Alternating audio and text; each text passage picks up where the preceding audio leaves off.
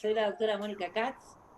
Un gusto que estén todos en esta tarde aquí reunidos, lejos pero cerca, para hablar de un tema muy interesante, muy fascinante, que toca todas las áreas de... Mónica, está silenciada, no se escucha lo que estás diciendo. ¿No? ¿No se escucha, Marina? Ahora sí. Ah, bien. De un tema fascinante que toca todas las áreas de la clínica, con disertantes de primera, coordinado por la doctora María Elena Torresani, pero antes que nada quiero contarles algunas cosas. Primero, que la SAN está siempre esperando las sugerencias de ustedes. Nos interesa mucho qué opinan, qué quieren hacer, y básicamente quiero contarles lo que va a pasar ahora el mes que viene. En principio, el 13, 14 y 15 de julio tenemos nuestras jornadas, segundas jornadas de la Sociedad Argentina de Nutrición de Obesidad, con temas muy innovadores como dispositivos para tratar la obesidad, comunicación y obesidad, toda la experiencia con los nuevos fármacos de expertos argentinos, invitados extranjeros, bueno, todos temas diferentes, nuevas tecnologías aplicadas al tratamiento de la obesidad. Y después tenemos una interesante reunión científica a la que convocamos a todos. Eso va a ser el 20 de julio, y vamos a hablar de COVID y enfermedad metabólica. Así que vamos a ver desde lo más básico, que es el fenómeno inflamatorio, a lo más clínico, la aplicación clínica en enfermedades metabólicas, en este entorno extraño de este virus desconocido que lamentablemente estamos conociendo. Y bueno, con todo lo nuevo desde la parte inmunológica y clínica, el 20 de julio los invitamos, estén atentos para poder inscribirse. Bueno, y simplemente para recordarles que la SAN los espera, que espera sus comentarios y que esperamos verlos pronto. Los dejo en manos de Marina. Hola. Gracias, Mónica. Voy a compartir pantalla.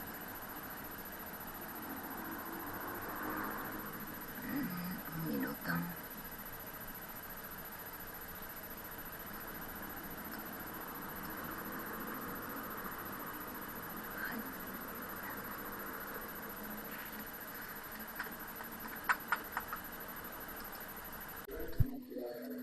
Ahora sí. Perfecto. Muy bien.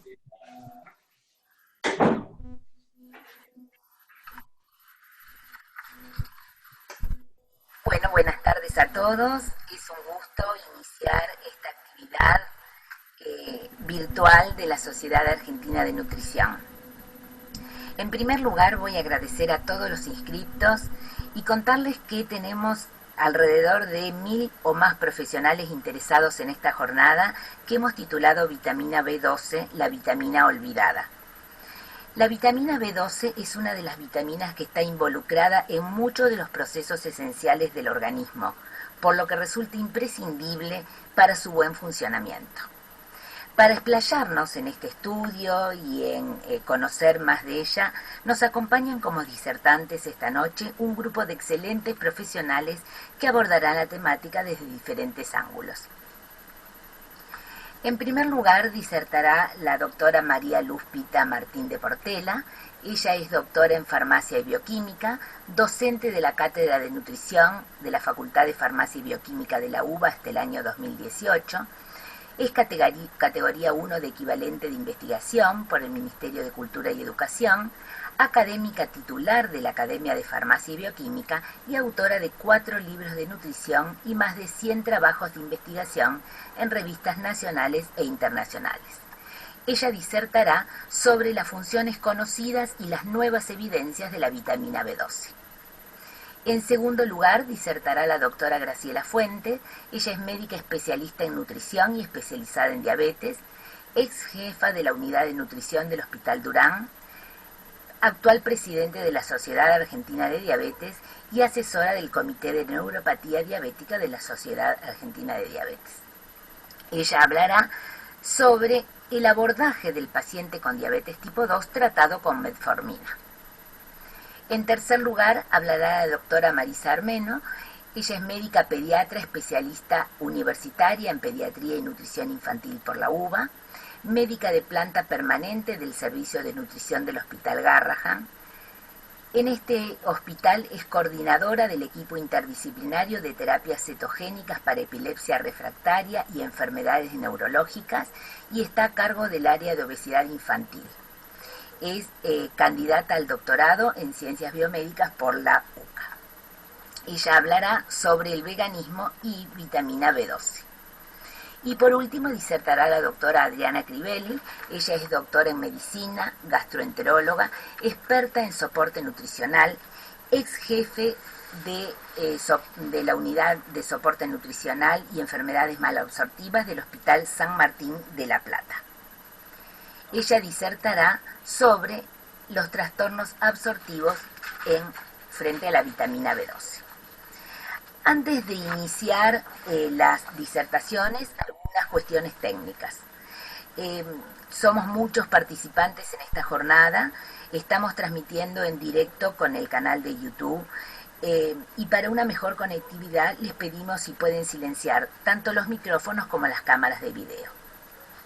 Las preguntas las podrán hacer por chat, tanto por la plataforma Zoom como por la plataforma de YouTube, a medida que cada disertante expone, pero sin embargo serán respondidas al final de todas las presentaciones para una mejor organización. Les pedimos por favor que al formular las preguntas se puedan identificar con nombre y apellido, el lugar de residencia si es posible y a quién de los disertantes va dirigida. Entonces ahora sin más, comenzamos con la doctora María Luz. Vamos a hacer cambio de pantalla.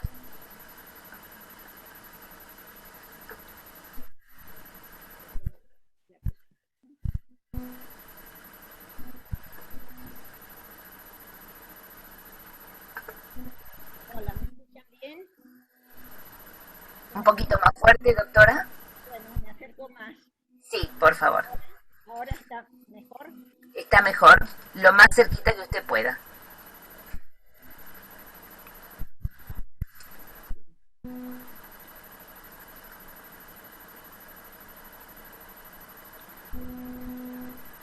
¿Pueden ver la pantalla? Sí, se ve perfecta.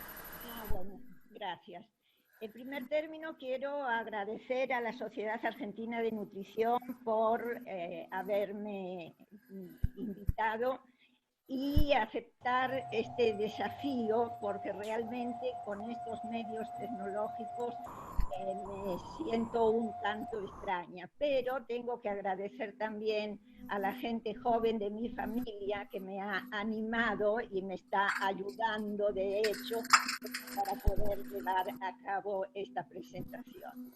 Bueno, cuando recibí la invitación y vi el título, me fascinó. Luego me pregunté, ¿por qué la vitamina B12 está olvidada? Entonces, estudiando un poco de historia, vemos que Addison descubrió en 1855 la anemia perniciosa como una patología clínica. Más tarde fue curada, fíjense, bastantes años después, y recién en 1929 Cass demostró que su acción requería el factor intrínseco. Sin embargo, pasaron desde Addison casi 100 años hasta que esa vitamina que se llamó B12 fue aislada casi simultáneamente en Estados Unidos y en el Reino Unido y pasó a ser la última vitamina descubierta. Esto a mediados del siglo XX. ¿Qué pasó?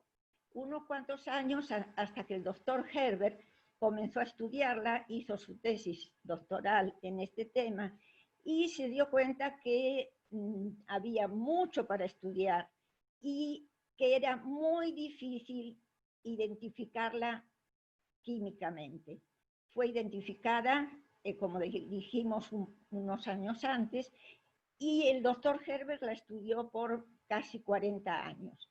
Hasta que ahora, ya en el siglo XXI, disponemos de nueva metodología y vamos a ver si tenemos que retomarla y qué cosas sabemos y no sabemos.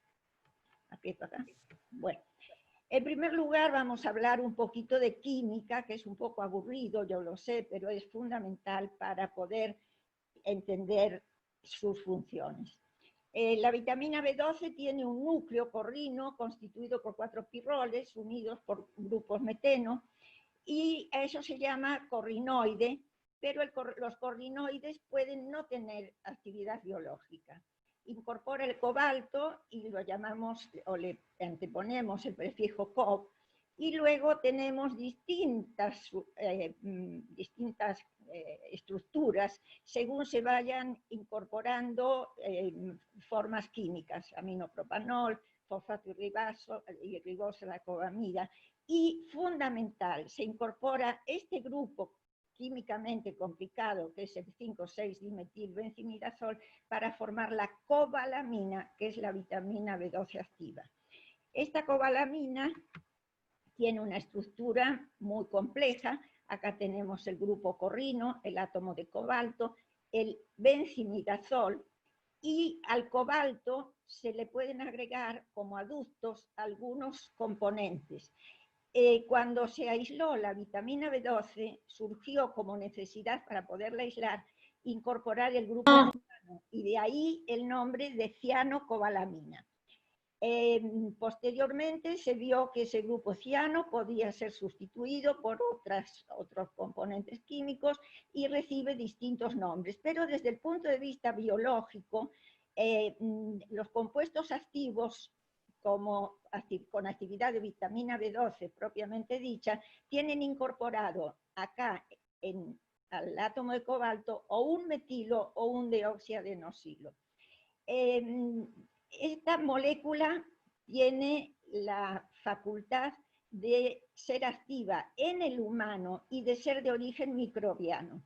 Vamos a ver después que hay ciertos microorganismos que pueden sintetizar la parte superior de la molécula, que yo en las clases le decía que era así como un barrilete. La parte de arriba es el cuerpo del barrilete y la cola es también necesaria para la actividad biológica, pero este grupo benzimidazol es fundamental. Acá tenemos entonces que la vitamina B12 es aportada en la dieta, en alimentos de origen animal, lo vamos a seguir repitiendo hasta el final, como enzimas.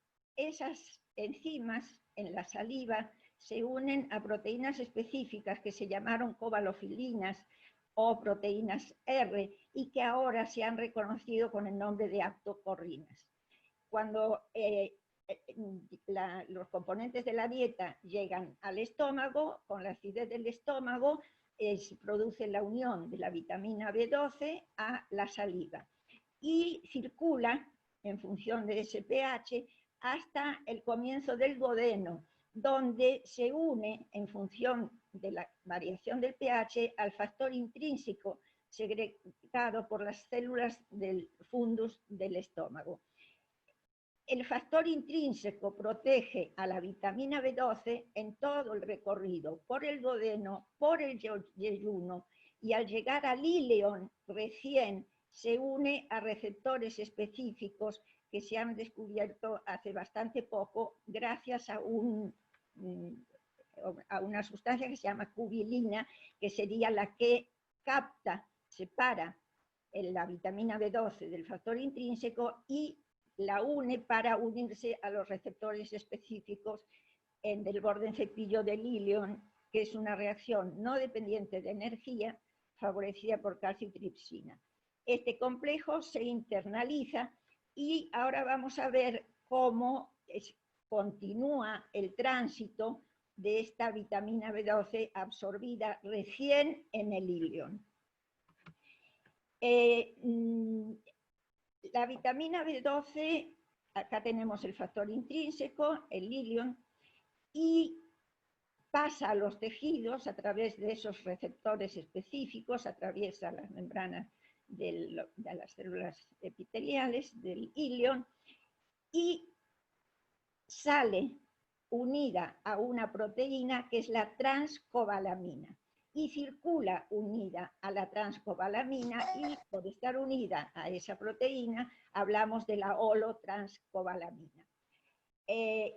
se distribuye por los tejidos, donde tiene las funciones específicas que después vamos a ver, y hay una circulación enterohepática, que a su vez tiene un mecanismo de feedback sobre la reabsorción de la vitamina B12, que unida a la aptocorrina llega a la parte del duodeno, donde de nuevo comienza el circuito de unirse al factor intrínseco, de volver hasta las células del ilion y volver a ser absorbida. Esta circulación enterohepática es fundamental para entender el mecanismo y los indicadores de evaluación del estado nutricional. Herbert fue el que descubrió o trabajó con la holotranscobalamina y que inclusive la propuso, y ahí viene la discusión, como un indicador del estado nutricional. Esta es la distribución que tiene la vitamina B12 en el plasma. Fíjense que la vitamina B12 está en muy pequeña cantidad unida a la transcobalamina. Por eso decimos holotranscobalamina.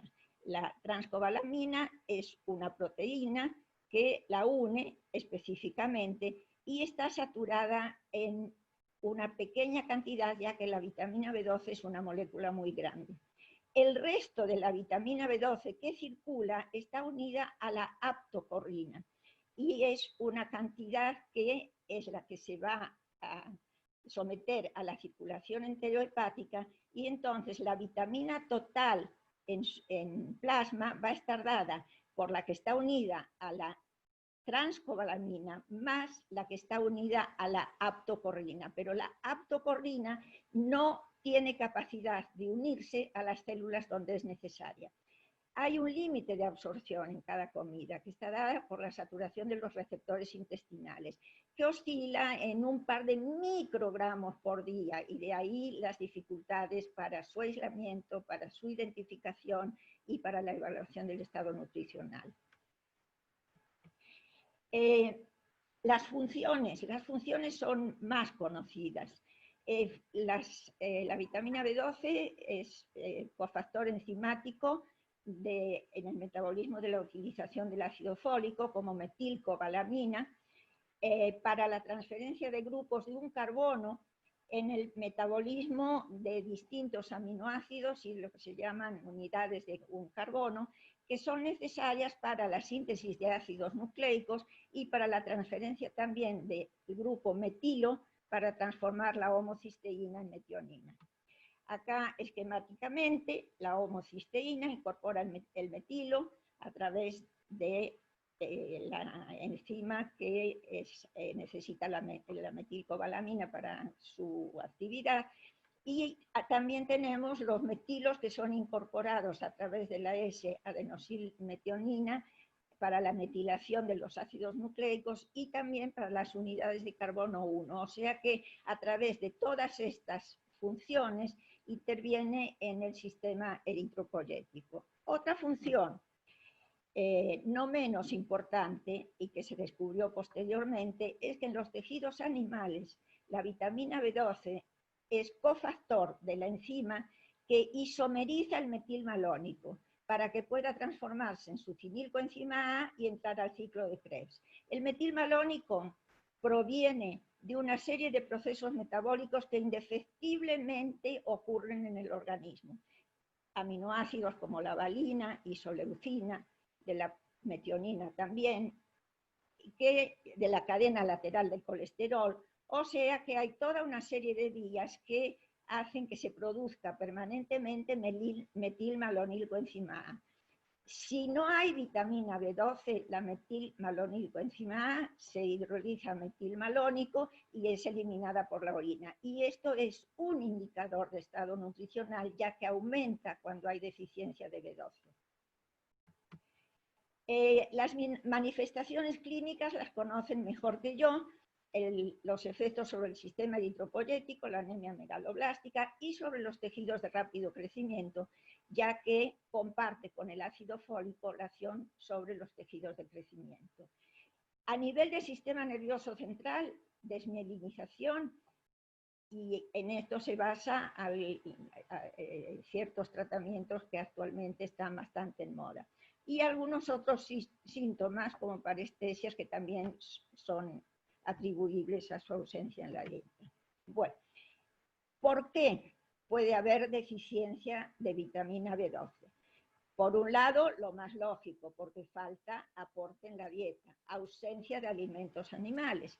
Por eso, después de un tiempo, puede aparecer una anemia megaloblástica en los vegetarianos. E inclusive los niños nacidos de madres vegetarianas, alimentados con leche materna, que tienen muy baja cantidad de B12 y no alcanza a cubrir las necesidades, también pueden desarrollar anemia megaloblástica.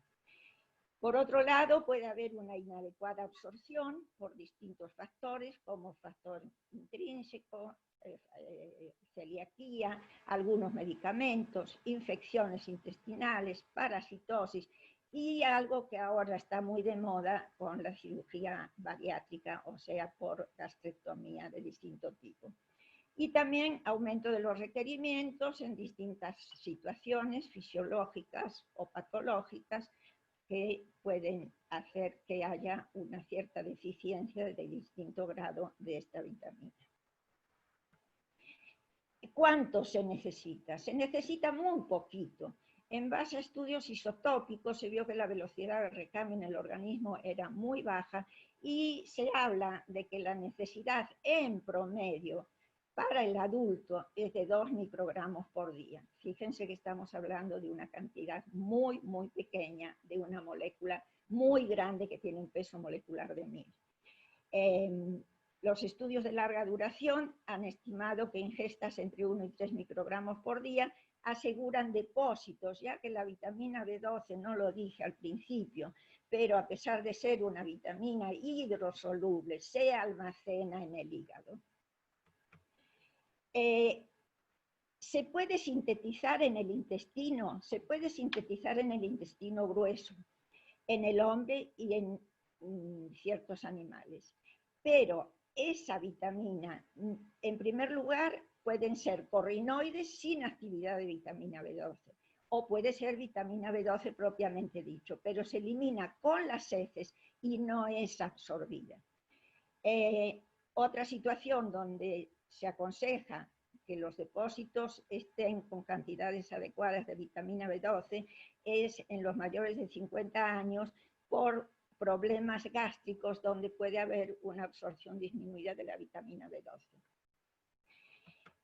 Bueno, en este cuadro tienen algunos datos promedio de los alimentos aportadores más importantes, y para aquellos que tengan interés en tener más datos, la base de datos de Estados Unidos, el USDA, que aplica el método microbiológico para su identificación, tiene 13 páginas de datos de vitamina B12 en distintos alimentos, ya que además en Estados Unidos es muy frecuente la fortificación. Hay corrinoides sintetizados por algunas algas, fundamentalmente por la pórfira. Es una de las pocas algas que puede aportar B12, pero es de origen microbiano. Bueno, ¿qué propuso Herbert? Herbert propuso que la determinación de holotranscobalamina era específica para establecer el estado nutricional. Entonces, en función de la determinación de holotranscobalamina y de la determinación de la B12 en hígado, estableció esta serie de sucesos hasta que se agotaran los depósitos hepáticos y aparecieran los síntomas neurológicos. Fíjense que acá en este esquema figura el metilmalónico con un signo de interrogación. Esto fue en la década del 80. En la década del 90, Herbert modificó la teoría y entonces introdujo la homocisteína como un indicador y corrió el punto de corte de la holotranscobalamina. Fíjense que hasta ahora en este modelo no figura la determinación de B12 total en plasma. Ya muy cerca de la fecha actual, en el 2016, Golding critica la hipótesis de Herbert y establece toda una serie de críticas y de modelos de deficiencia y de causas de deficiencia y de evolución de los indicadores. Incorpora ya la vitamina B12, la determinación de la vitamina B12 total, de transcobalamina, de metilmalónico y de homocisteína. Y ya para ir terminando, lo que puedo decirles es que para determinarla, el método tradicional fue el microbiológico, con este lactobacilo que determina corrinoides totales, pero para determinar la verdadera B12 hay que calentar la muestra y por diferencia calcular la actividad vitamínica. Ya ahora, en el siglo XXI, y hace relativamente poco tiempo, se puso y se comercializó el radioinmunoensayo, recién en el año 2003-2007, tomando como base la unión de la transcobalamina con el factor intrínseco. El radioinmunoensayo se ha sustituido actualmente por un método de quimioluminiscencia que inclusive puede ser automático. Y en alimentos hay un trabajo muy interesante, muy reciente, de los japoneses, hacen cromatografía líquida asociada a espectrometría de masa, que determina los corrinoides no B12 también. Entonces, hablando ya y resumiendo, ¿qué indicadores tenemos? Además de los primitivos que ya, salvo la determinación o la visualización en un frotis de la hipersegmentación de neutrófilos, tenemos 4 indicadores: transcobalamina sérica, B12 sérica, excreción de metilmalónico y aumento de homocisteína. No hay acuerdo experimental todavía ni clínico con los puntos de corte, por lo que el tema es muy discutido y ahí es donde hay que seguir trabajando.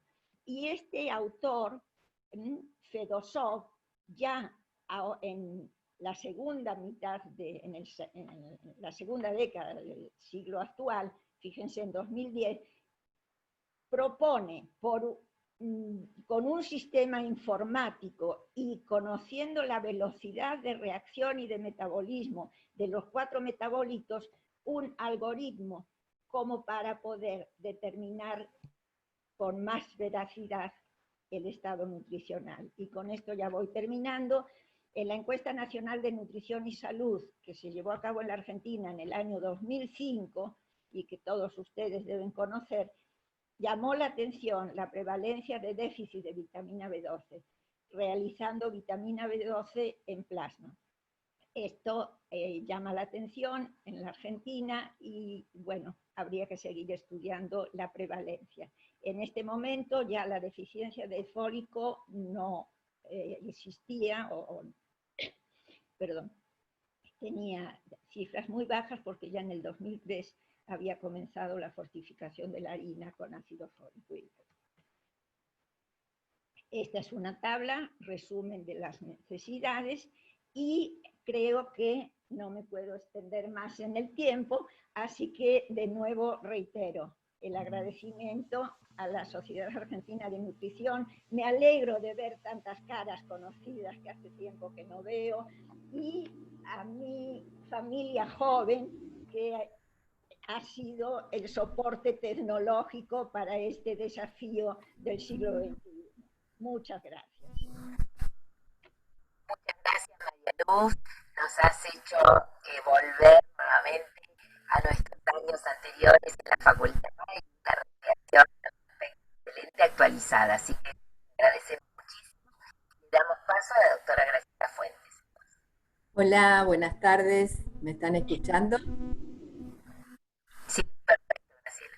Bueno, en primer lugar, yo también quiero compartir mi agradecimiento a toda la Sociedad Argentina de Nutrición, que es una de mis casas en la medicina, la otra es la Sociedad de Diabetes, y quería agradecer especialmente a ustedes, las que organizaron esta jornada.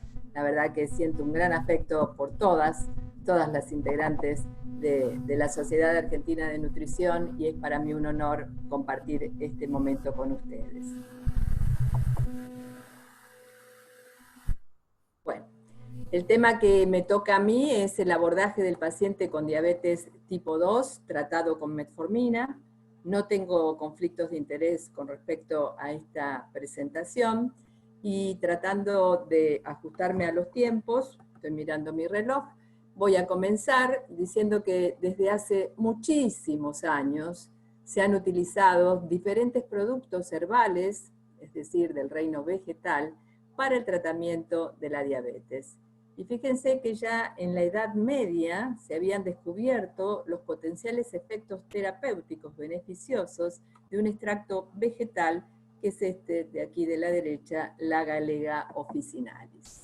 Si vamos puntualmente a la metformina, esta fue sintetizada en este siglo pasado, el siglo XX, 1922, por científicos ingleses, Werner y Bell.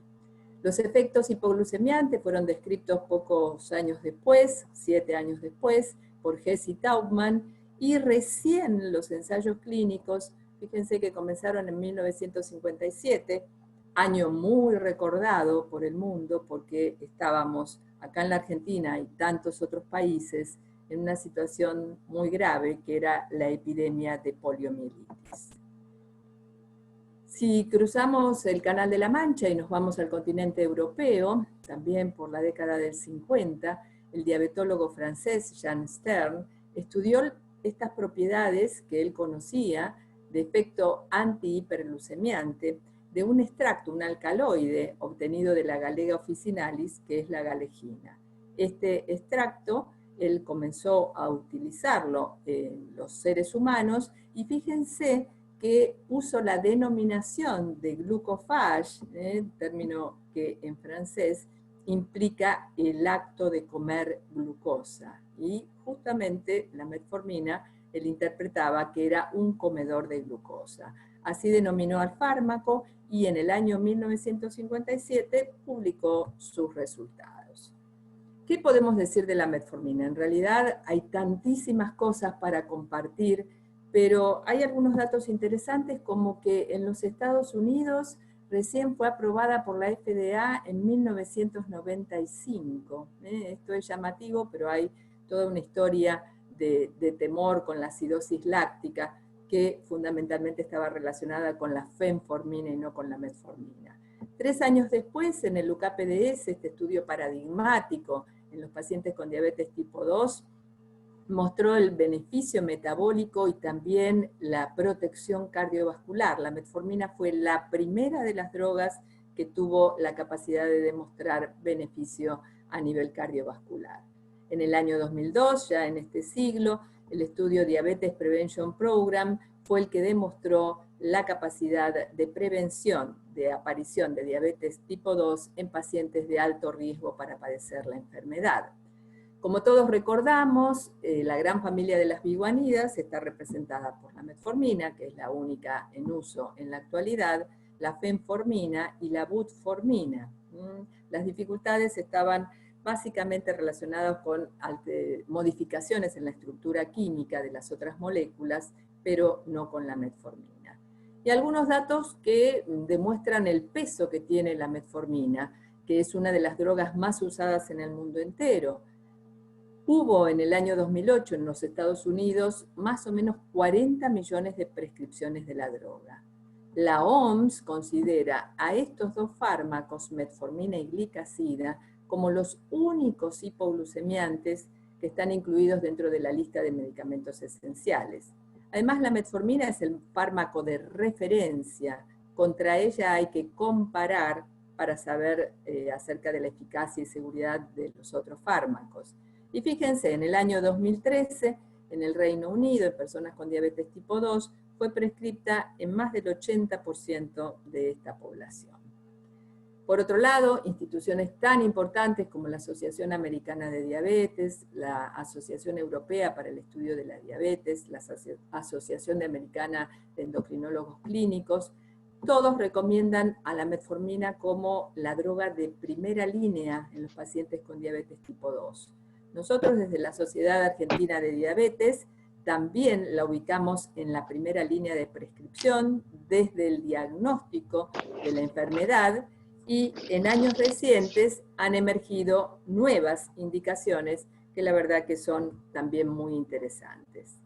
Es así que, salvo contraindicación o situación específica que será evaluado por el médico, la metformina debería ser iniciada en el momento del diagnóstico de la diabetes tipo 2 y en una población sustancial, la monoterapia con metformina, basada por supuesto en el hecho del cambio de estilo de vida, que es el paso número 1 de la terapéutica de la diabetes tipo 2, constituye esta combinación de cambio de estilo de vida más monoterapia con metformina el tratamiento que el paciente puede sostener en la medida que sea adherente y que los resultados sean adecuados.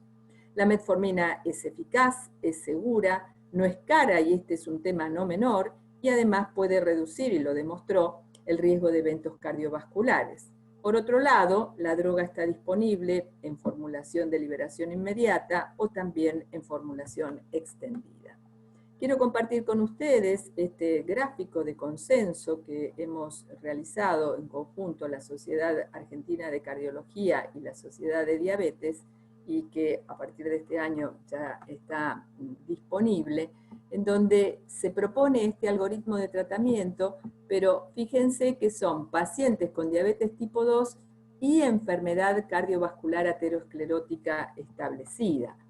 De acuerdo al valor de hemoglobina glicosilada del momento en que uno empieza a tratar el paciente, supongamos que es un paciente de reciente diagnóstico, fíjense que si tiene menos de 7 de hemoglobina glicosilada, bueno, la indicación es monoterapia con metformina. Ahora, si tiene más de 7 y entre 7 y 9, se plantea en el caso fundamental de la presencia de enfermedad cardiovascular la asociación de metformina con un inhibidor SGLT2 o un agonista del receptor de GLP-1.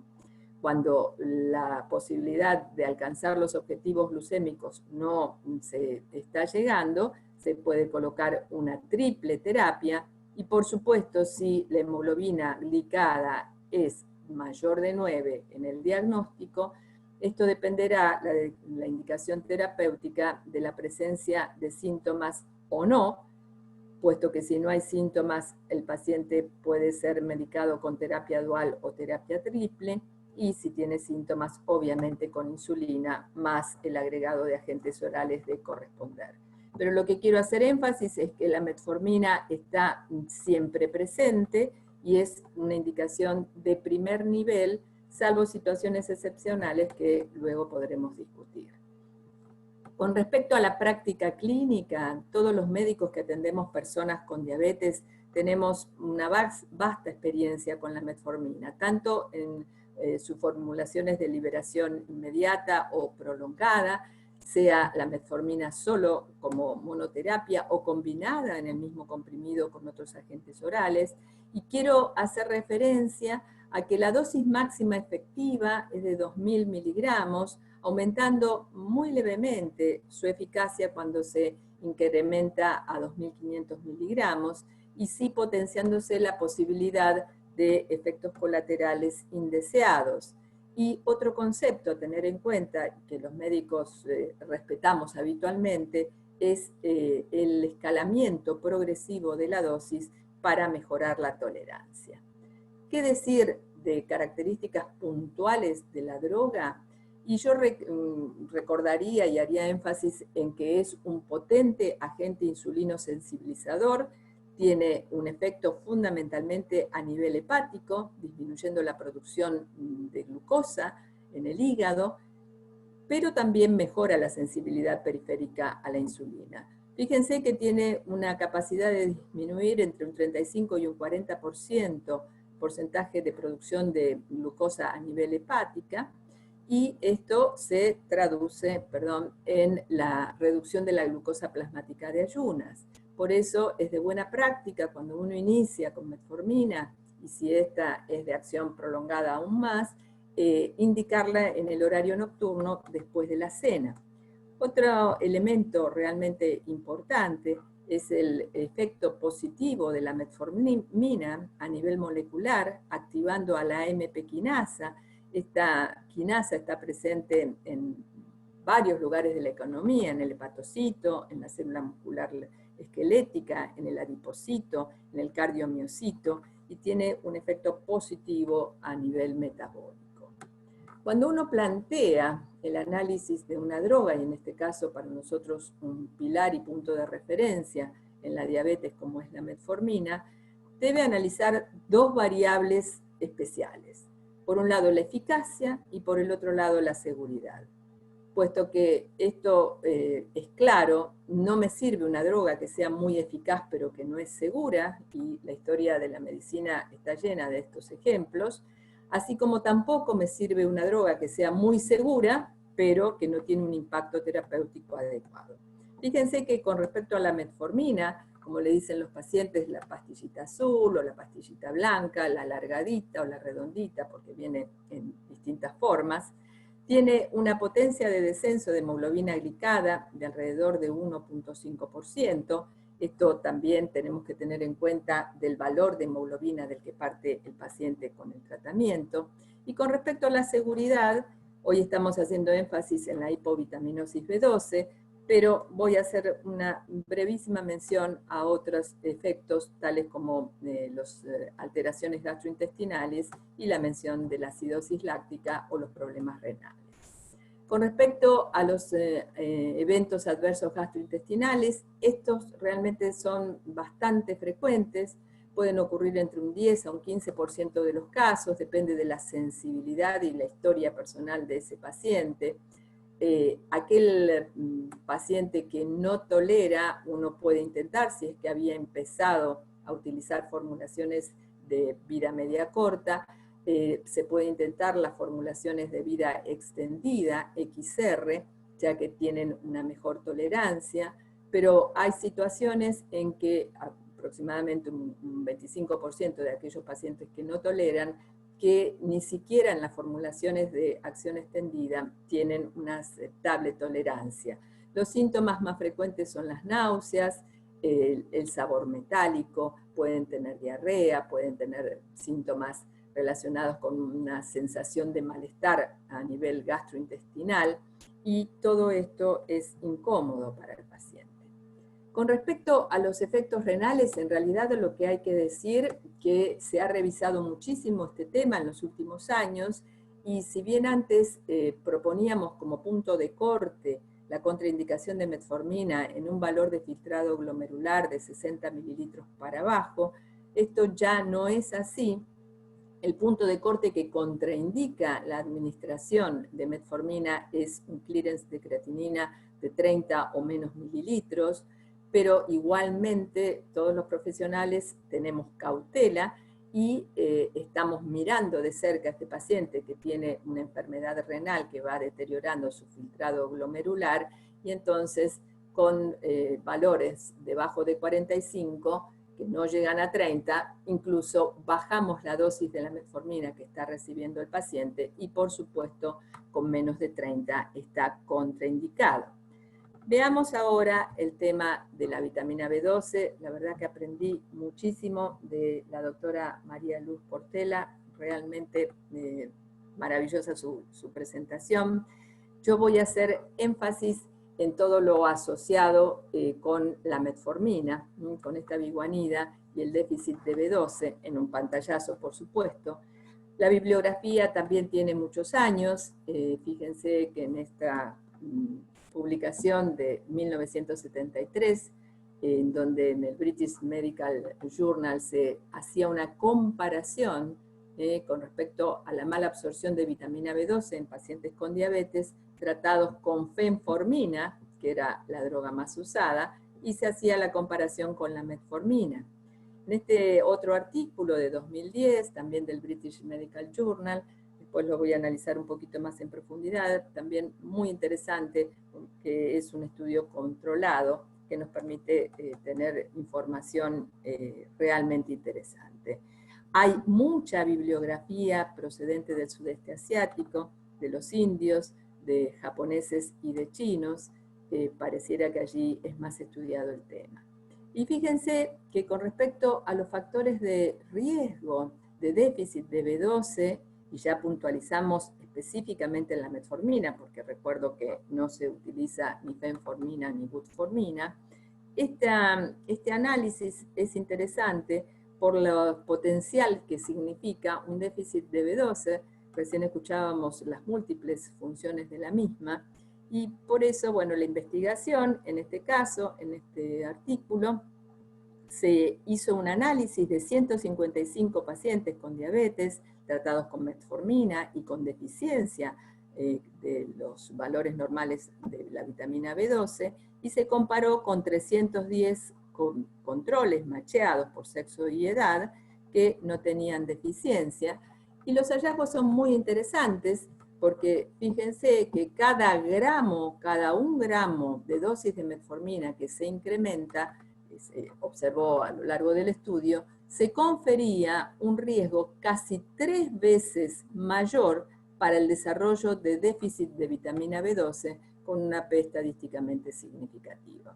O sea que ese sería el primer punto. Y el otro es que los autores observaron que el uso de metformina durante 3 años o más también implicaba un odds ratio de 2.39, comparando con aquellos pacientes recibiendo metformina, pero menos de 3 años. Así que las conclusiones de este estudio apuntan a que los resultados indican que este incremento en el riesgo de la deficiencia de metformina está relacionado con la dosis actual de la medicación que está recibiendo, de la metformina que está recibiendo, y la duración, el uso, el tiempo, poniendo como punto de corte estos 3 años. Otro tema, pero que realmente no encontré demasiada información, a lo mejor en la discusión podemos encontrar más respuestas, es el que nos pregunta cuáles serían los mecanismos involucrados en esta deficiencia de B12 en pacientes tomando metformina.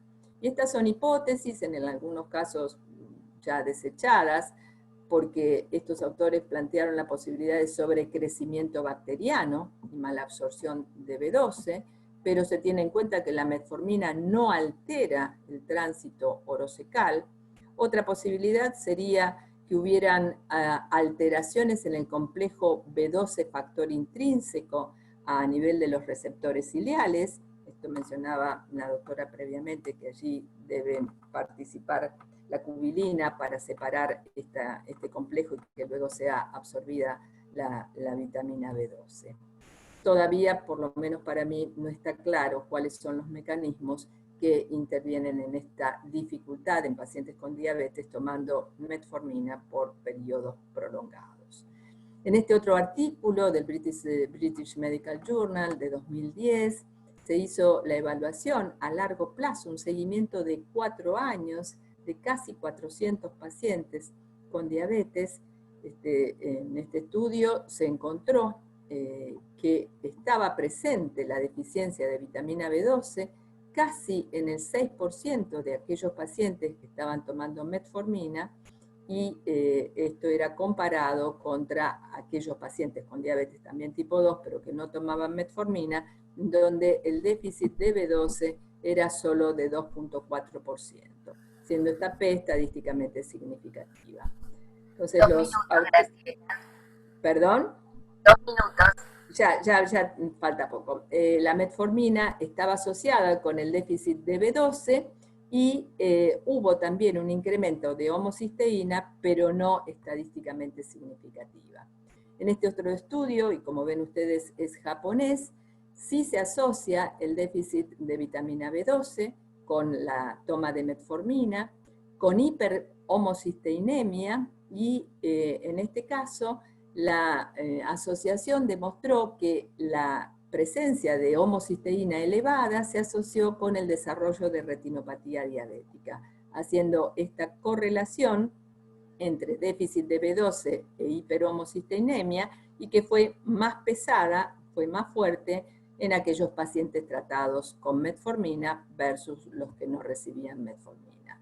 La buena noticia de este estudio es que la suplementación durante 2 a 3 meses permitió que estos pacientes continuaran con metformina, porque se logró volver a los niveles de normalidad de la vitamina B12.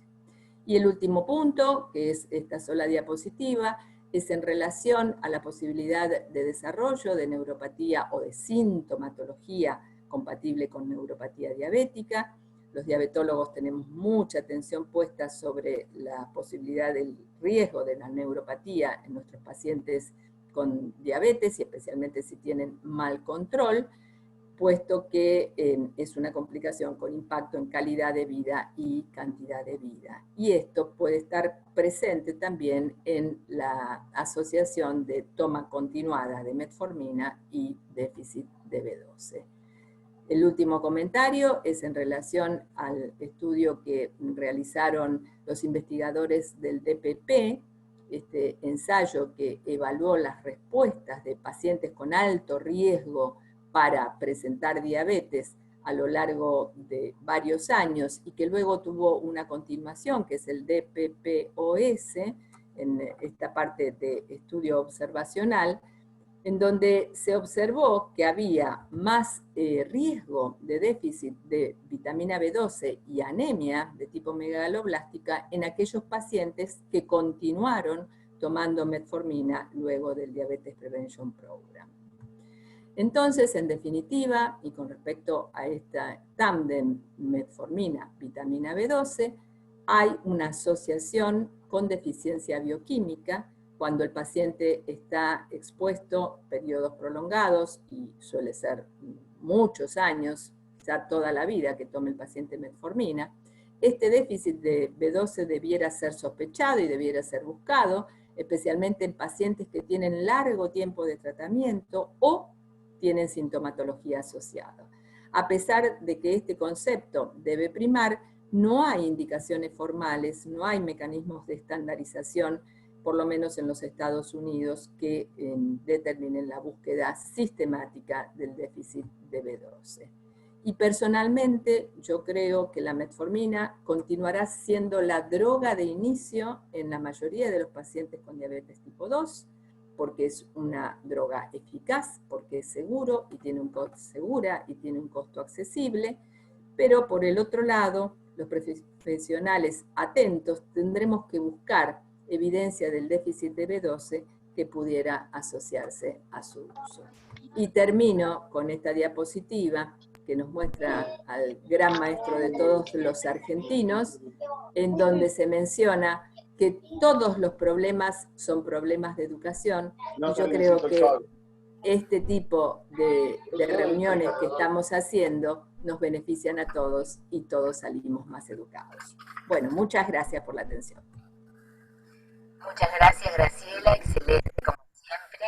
Y ahora pasamos a la doctora María Carmelo, ella va a hablar sobre vitamina B12 y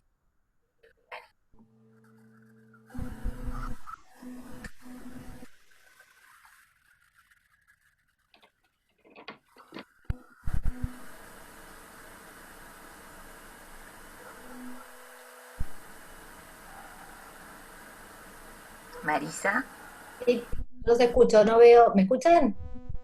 Ahora sí, ¿podés compartir tu pantalla? ¿La comparto yo? Perfecto.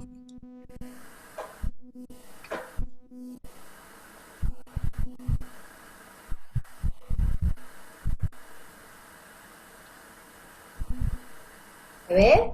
¿Así? No. No, todavía. ¿Compartir? Sí. Acá.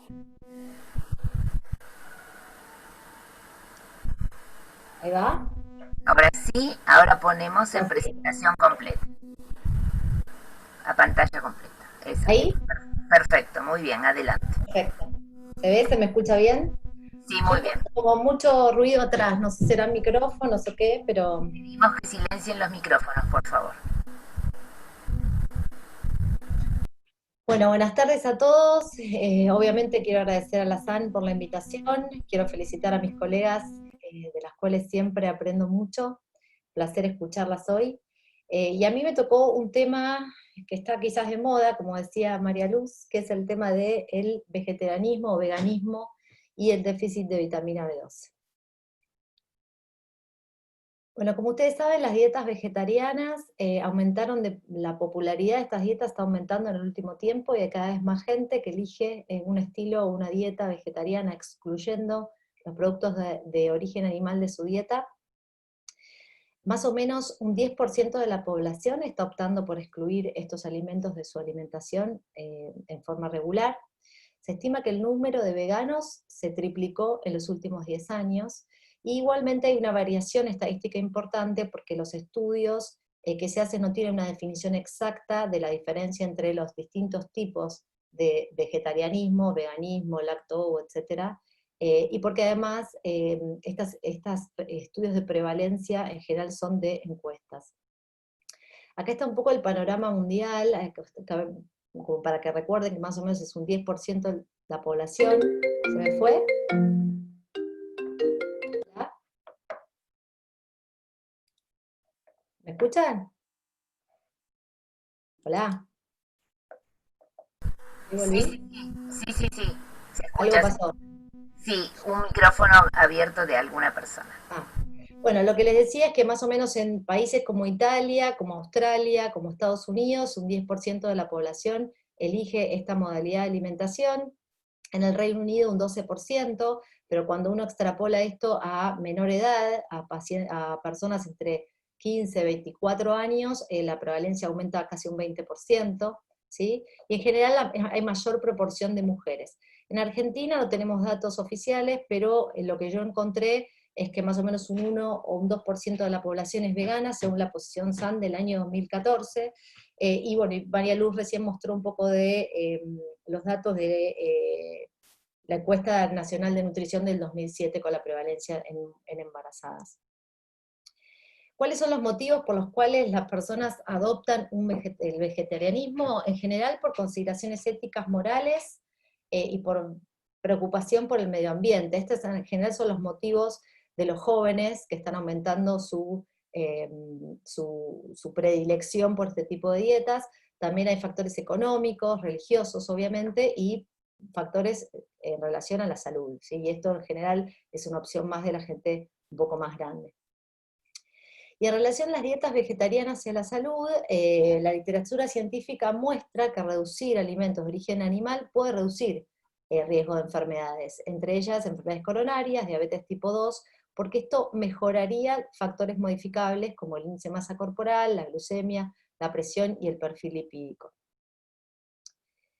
A su vez, este es el primer reporte que sale, que se llama Eat Lancet, que es un conjunto de expertos, de 37 expertos en el mundo, que lo que se propusieron fue responder a la pregunta de si podremos alimentar a 10 billones de personas con una dieta saludable y sostenible para el año 2050, y ellos dijeron que sí, y que esto se podría llegar a hacer transformando los hábitos alimentarios, la producción y bajando un poco los residuos, y proponen que esta transformación disminuya por lo menos un 50% el consumo de carne roja y azúcar. O sea que claramente hay un mensaje poblacional, ¿sí? De disminuir el consumo de carne roja, pero no de abolirla.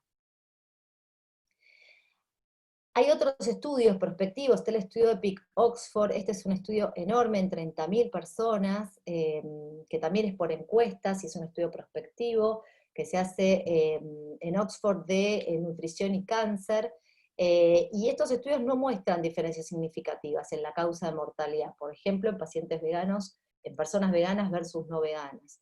Hay otros estudios que muestran que la mortalidad por enfermedades isquémicas es menor en lacto-vegetarianos que en veganos, por ejemplo. Pero la realidad es que si los beneficios para la salud de los vegetarianos superan el riesgo de déficit o de alteraciones nutricionales, no está muy bien aclarado. Les pongo este cuadrito porque lo van a leer en muchos lugares, hablando de las características de las dietas veganas y vegetarianas. A mí me costó mucho la literatura encontrar específicamente veganismo o estudios de veganismo o prevalencia de veganismo.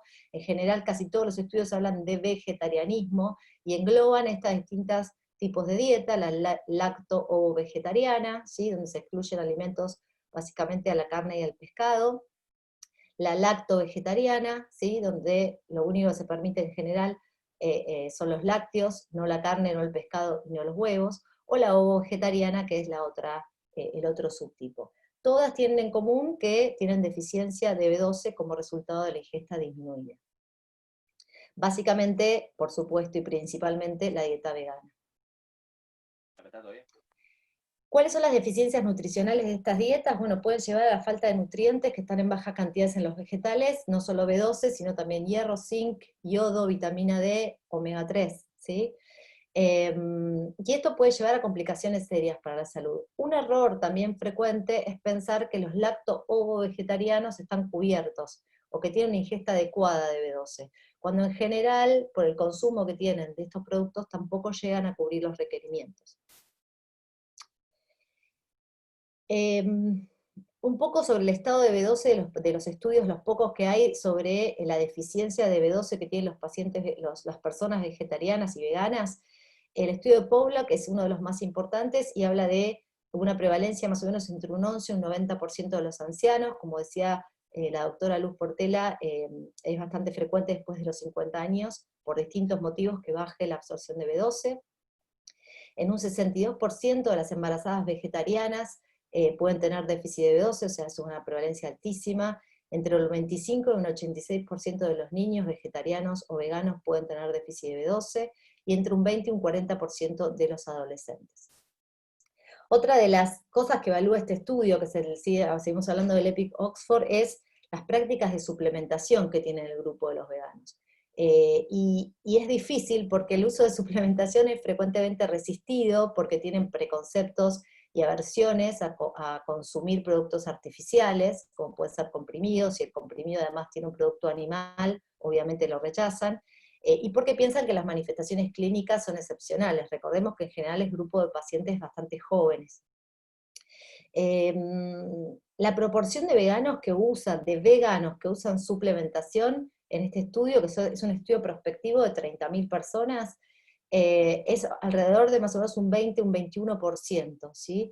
Y el porcentaje aumenta si tenemos en cuenta que toman multivitamínicos. Ahora, ¿qué pasa con los multivitamínicos? Los multivitamínicos a veces no pueden ser suficientes para cubrir el déficit de B12, porque la vitamina C, por ejemplo, o el cobre pueden degradar a la cobalamina e inactivarla. Entonces se absorbe menos la B12 en multivitamínicos que si uno suplementa B12 solo.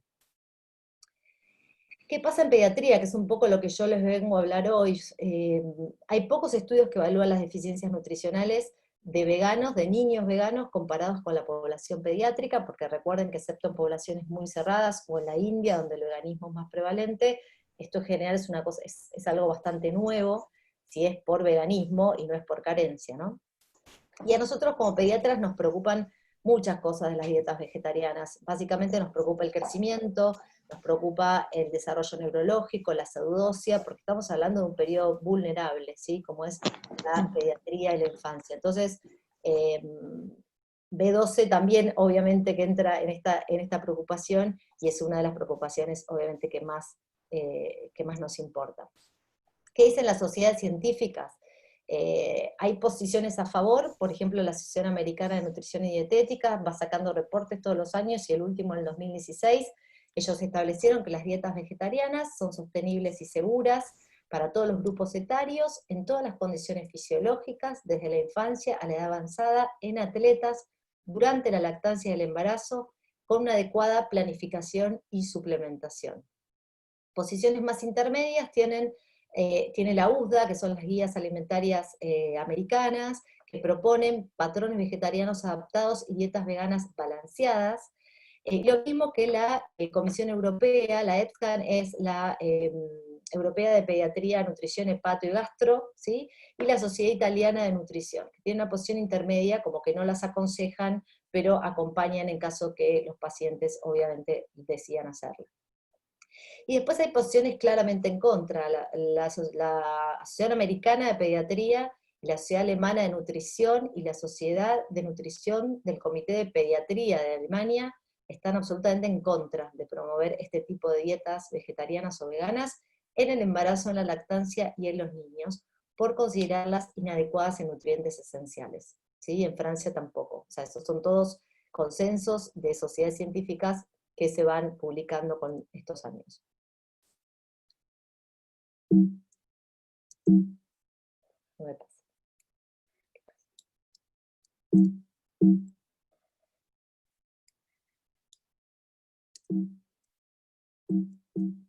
Se me trabó el... ¿El avance? Ahí está. ¿Ahí pasó? Sí. Perfecto. Bueno, y otro momento crítico es el embarazo, ¿sí? Ahí teníamos esa prevalencia de déficit de B12 en las mujeres embarazadas de un 18%, supongo que no estaba hablando, obviamente, María Luz, de embarazadas veganas, pero estaba hablando de en general la prevalencia porque es un momento vulnerable donde aumentan mucho los requerimientos, ¿sí? Entonces una embarazada que baja un poco la ingesta puede llegar a tener esta deficiencia de por sí. Imaginémonos una embarazada que decide por opción previo al embarazo seguramente empezar un embarazo o quedan embarazadas ya con déficit previo o incluso hacen dietas vegetarianas durante el embarazo. Obviamente el déficit es frecuente por carencia, como decíamos, que puede ser en poblaciones marginales que ya tengan déficit, o por la falta de ingesta por elección. Los estudios hay un estudio que es el de Koenig del 2004 que habla de una prevalencia de déficit de B12 de 39% en pacientes lacto o vegetarianas, ¿sí? Versus 9% a pacientes que comen poca carne o 3% del grupo control. Y otra cosa interesante que estuve leyendo es que los altos niveles de suplementación con folatos pueden enmascarar el déficit. Y esto me llamó bastante la atención, porque en general los obstetras suplementan siempre, o sea, todos sabemos que la embarazada tiene que suplementarse con ácido fólico, y no es tan así ni la anamnesis alimentaria, ni la indicación de suplementación con B12 durante el embarazo. No sé si después podemos charlarlo en las preguntas a ver si tienen alguna otra, si les parece que es así o no. Seguramente hay alguna obstetra escuchando. Bueno, la recomendación, ahí se las puse. ¿Qué pasa en la leche materna? La leche materna tiene alta correlación con los niveles séricos de B12 que tenga la mamá, ¿sí? El estado materno de B12 es el factor más importante que afecta a la cantidad de B12 que tenga el lactante amamantado, y por supuesto la población vegana tiene un riesgo aumentado de carencia, porque las mamás vegetarianas o veganas tienen reservas inadecuadas, ¿sí? Por lo tanto, tanto durante el embarazo como el posparto, las mujeres vegetarianas o veganas seguramente necesiten suplementación.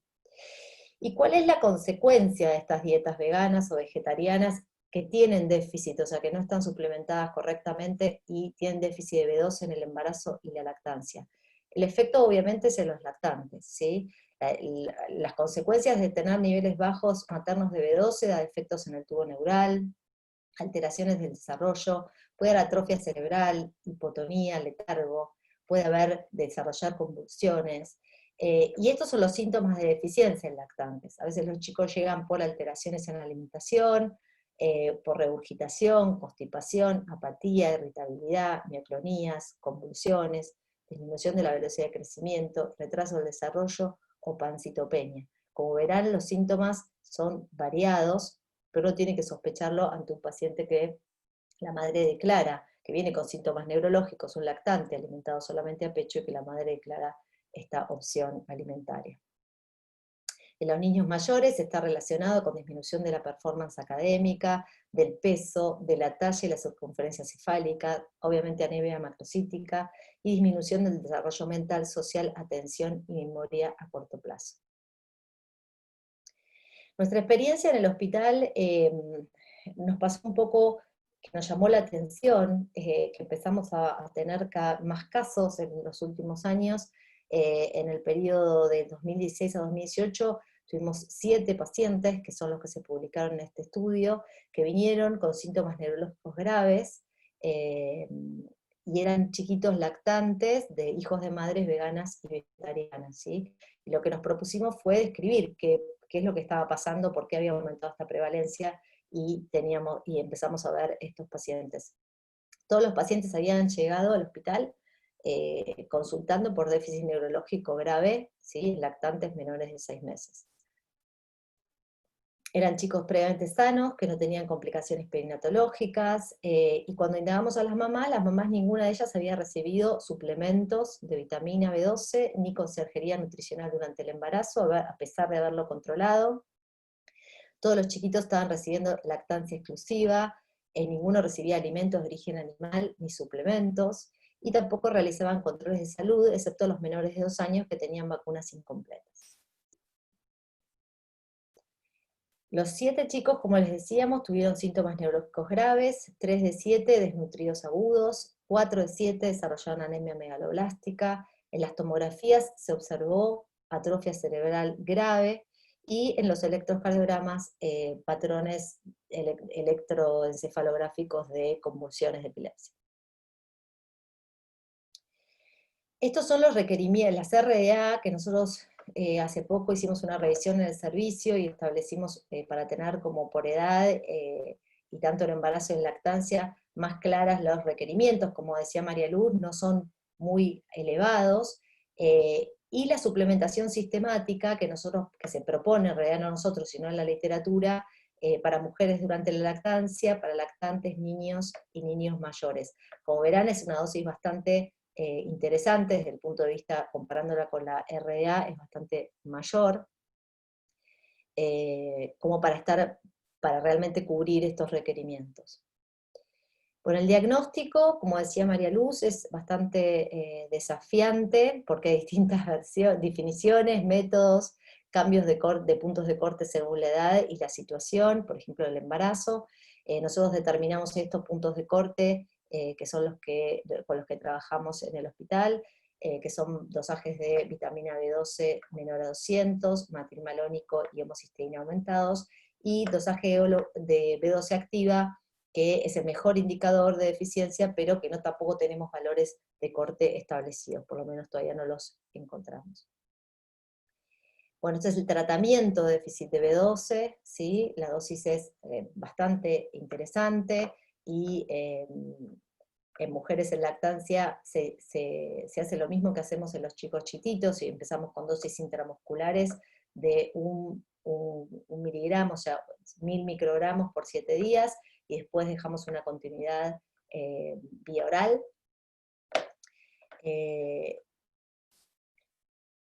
Y ya para cerrar las conclusiones. Como vemos, la deficiencia de B12 es una de las complicaciones más graves de los lactantes de mujeres que adoptan el vegetarianismo sin supervisión. Las consecuencias de este déficit en la infancia para el desarrollo cerebral y el cuerpo son extensas y pueden ser irreversibles. Son muchos los reportes de casos de alteraciones neurológicas en lactantes, no es el único nuestro, la verdad que si uno revisa la bibliografía hay un montón, y hay muchos que son muy recientes, hay en Chile, en Hong Kong, en Italia, en Alemania, cada vez hay más reportes de estos casos. Los veganos, obviamente, o los vegetarianos, ¿sí? Deberán suplementar la dieta con otras fuentes alimentarias de B12, como son los alimentos fortificados, o con suplementación de B12 vía oral. Y hasta la actualidad parece haber consenso de aceptar estas dietas con asesoramiento profesional, pero no hay consenso internacional sobre la seguridad de estas dietas. Como recomendaciones, les dejo que para nosotros el pediatra y el obstetra deberán empezar a incluir la anamnesis alimentaria como parte de la consulta, con el fin de detectar potenciales déficits de micronutrientes. A nosotros llamó mucho la atención que, y a mí, no sé, como mamá tampoco, nunca me preguntaron cuando estuve embarazada si comía o no comía carne, o si comía o no, digamos, qué tipo de alimentación llevaba. Así que me parece que es algo que no está, por lo menos, no parecería estar dentro de la anamnesis del control obstétrico, y el pediátrico también, por supuesto. Las familias que deciden realizar cualquiera de estas dietas restrictivas con alcance a niños y adolescentes deben hacerlo con asesoramiento y supervisión profesional. Y para profesionales, sabemos que el Comité de Nutrición de la Sociedad Argentina de Pediatría ya finalizó un documento con directrices para vegetarianismo en esta etapa de la vida. Muchas gracias. Muchas gracias, Marisa. Continuamos entonces con Adriana, si puedes presentar tu pantalla.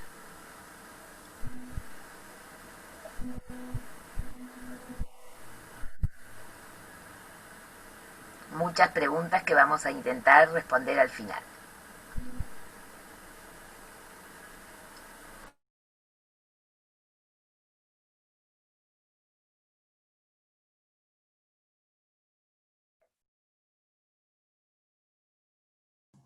Hola, ¿ahí se ve? Pasa la primera diapositiva y pon presentación en pantalla completa, por favor. Ahí estamos. Ahí.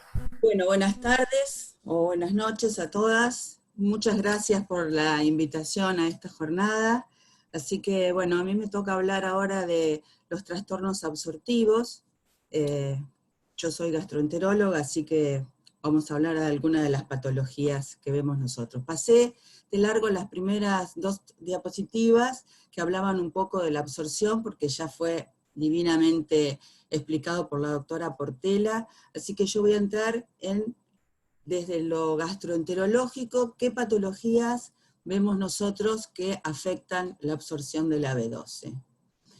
En todo este complejo mecanismo que ya fue explicado, la absorción se puede alterar, porque no hay producción de ácido clorhídrico y por lo tanto no lo hay de factor intrínseco, porque hay una alteración en la secreción pancreática que impide la liberación de la vitamina que va unida a la proteína R, porque hay pérdida de receptores ileales que impiden la absorción, porque esos receptores pueden tener un defecto congénito que condiciona la anemia megaloblástica autosómica recesiva, porque puede haber una alteración adentro del enterocito ileal que impida la liberación de la vitamina A hacia la circulación. Desde la parte digestiva alta, el mayor mecanismo de alteración es cuando hay una resección del estómago. Antes veíamos mucho más pacientes que habían sido sometidos a cirugías por resección al tener una úlcera gástrica complicada, fundamentalmente por las cirugías realizadas que eran la Billroth 2. Afortunadamente estas cirugías prácticamente ya no se usan, y si vemos pacientes que tienen esta patología son pacientes que se han resecado muchos años atrás. En este caso lo que sucede es que hay una falta de la producción de ácido clorhídrico y por lo tanto de factor intrínseco, por lo tanto hay una dificultad para la absorción posterior. A esto se le suma que cuando hay una asa aferente muy larga, hay un sobrecrecimiento bacteriano, el paciente suele tener por eso diarrea y esteatorrea, entonces el déficit de B12 en estos casos es mayor. Una patología similar se ve en las cirugías que se realizan ahora para tratamiento de la obesidad, independientemente de si es una manga gástrica o un bypass, al no estar la secreción ácida gástrica y faltar el factor intrínseco, la fisiopatología del déficit de B12 es más o menos lo mismo. En las patologías médicas, las causas... ¿Hola? ¿Se escucha? En las patologías médicas, decía entonces, la atrofia de la mucosa gástrica en las patologías llamadas gastritis atrófica es otra de las posibilidades de malabsorción de B12. Hay 2 tipos de gastritis atrófica, la más frecuente es la asociada al Helicobacter pylori, y la menos frecuente pero más severa es la gastritis autoinmune o tipo A, en donde hay una presencia de anticuerpos contra las células parietales y contra el factor intrínseco que imposibilitan la producción del ácido gástrico. En este caso, en el de la gastritis autoinmune, en general la sintomatología está más asociada a alguna otra patología autoinmune que la acompañe, porque la sintomatología gástrica es bastante inespecífica, al igual que la gastritis por Helicobacter pylori, suelen tener síntomas de dispepsia, distensión, dolor abdominal y no mucha más sintomatología específica. Así que el diagnóstico de la gastritis autoinmune fundamentalmente se hace por la investigación de anticuerpos anticélulas parietales y antefactor intrínseco, aunque no el 100% de los pacientes la presenta. Y respecto a los mecanismos por la falta de secreción, si bien les decía que antes la cirugía Billroth-2 era el tratamiento para las úlceras gástricas, ahora lo es el bloqueante de ácido, ya sea los bloqueantes H2 o los bloqueantes de la bomba de hidrógeno, que generan, en definitiva, una situación similar a la resección gástrica, y esto es particularmente más frecuente y más severo en los pacientes ancianos. Si pasamos al intestino delgado, tenemos que pensar que son las enfermedades de la mucosa o la falta del intestino las que pueden condicionar el déficit de absorción.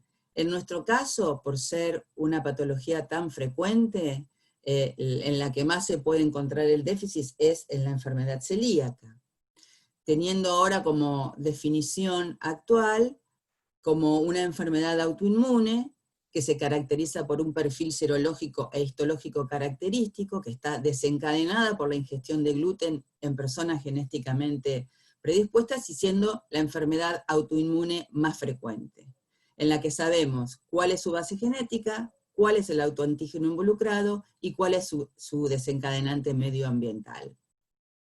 La prevalencia mundial está alrededor del 1%, pero sabemos que en los últimos años ha habido un aumento importante en la prevalencia, unas 5 veces más posibilidades diagnósticas. No se sabe exactamente por qué, si es porque hemos mejorado las herramientas diagnósticas, porque ha habido cambios en la dieta o porque hay influencias de otros factores medioambientales no bien conocidos. Lo cierto es que hay un aumento en el diagnóstico. En nuestro país, el estudio que se hizo en el 2002 se hizo en nuestro hospital, y pudimos establecer una prevalencia de un celíaco cada 147 pacientes adultos.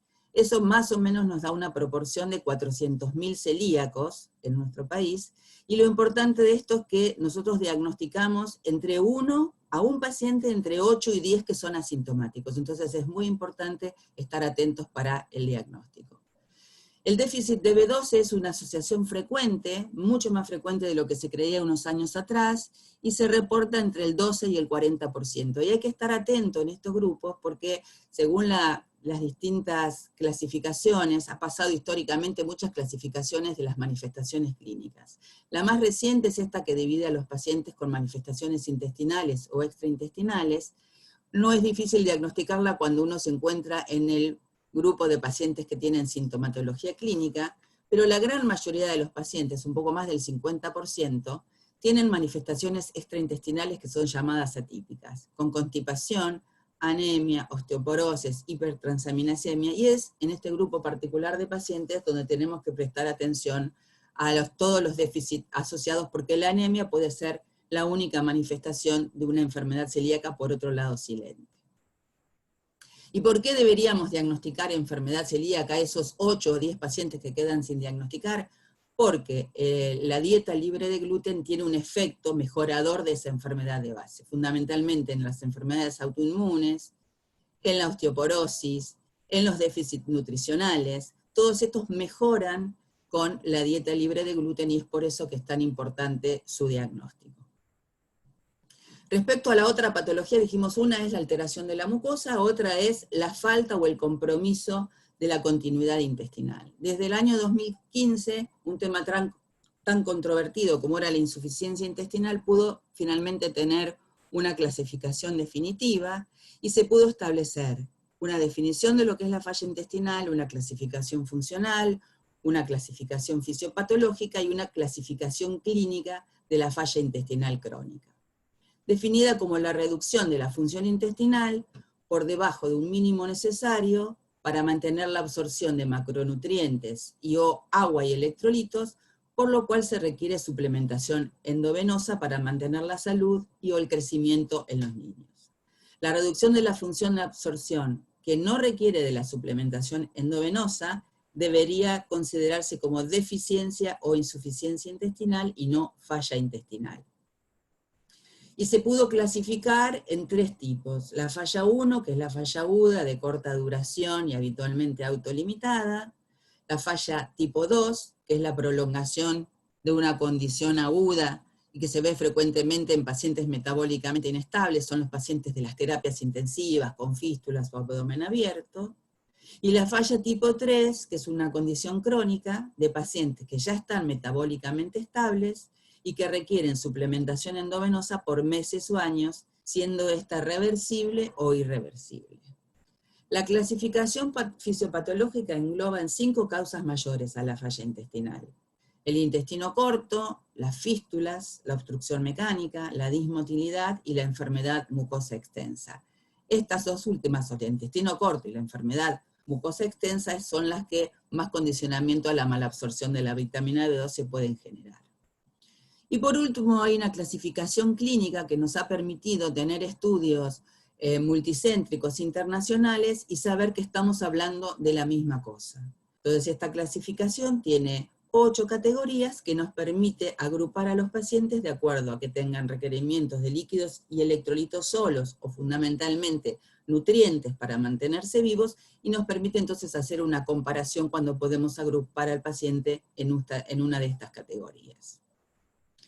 Entonces, la falla intestinal crónica, les decía, es una condición que se ve en pacientes metabólicamente estables, que requiere para que el paciente sobreviva la nutrición parenteral prolongada, y que puede provenir de una falla aguda de tipo 2, o por la progresión de una enfermedad gastrointestinal crónica, o una enfermedad sistémica benigna, o de enfermedades digestivas congénitas que se ven en los niños, o por la progresión de tumores intraabdominales, con una prevalencia de 5 a 80 casos por millón de habitantes de acuerdo a los registros internacionales.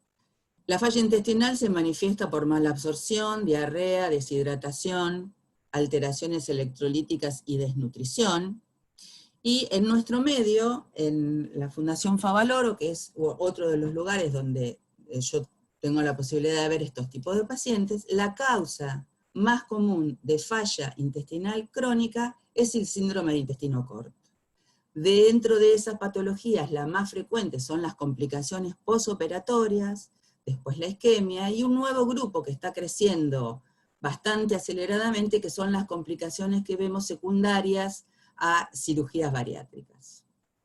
Repasando brevemente, estos son los sitios de absorción de los nutrientes, teniendo especial importancia el ilion terminal, que es el sitio de absorción exclusivo de la vitamina B12. Además, en este combo participan una enorme cantidad de hormonas digestivas, cada una de las cuales tiene una función específica sobre la absorción.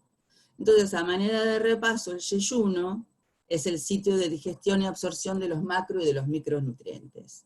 El ilion es el sitio de absorción exclusivo de la B12, y el ilion puede tomar las funciones del yeyuno y no a la inversa.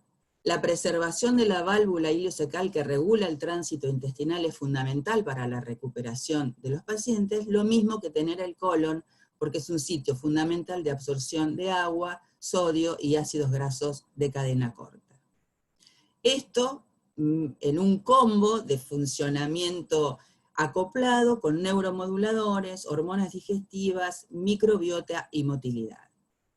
Cuando uno habla de resección intestinal, hay 3 tipos de resecciones intestinales. La tipo 1, que es la yeyunostomía terminal, la tipo 2, que es la anastomosis yeyuno-colónica, con parte del colon en continuidad, y la tipo 3, que es la anastomosis yeyuno-iliocolónica. De estas 2 es de las que voy a hablar brevemente porque son las que se asocian a déficit de B12.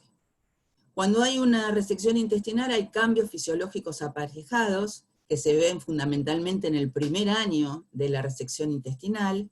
En los pacientes con yeyunostomía lo que se observa es un aumento del vaciamiento gástrico y una disminución del tiempo de tránsito intestinal. Esto genera alteración de la motilidad y mezcla inadecuada del quimo con las secreciones digestivas, pero también hay alteraciones en las secreciones de todas estas hormonas, hay aumento de la gastrina, disminución del péptido II, del GLP-1, del GLP-2, y aumento de las secreciones gástricas que conducen a hipergastrinemia, que se observan en más del 50% de los pacientes con una resección reciente y que produce fundamentalmente, además de más secreción de ácido gástrico, inactivación de las enzimas pancreáticas.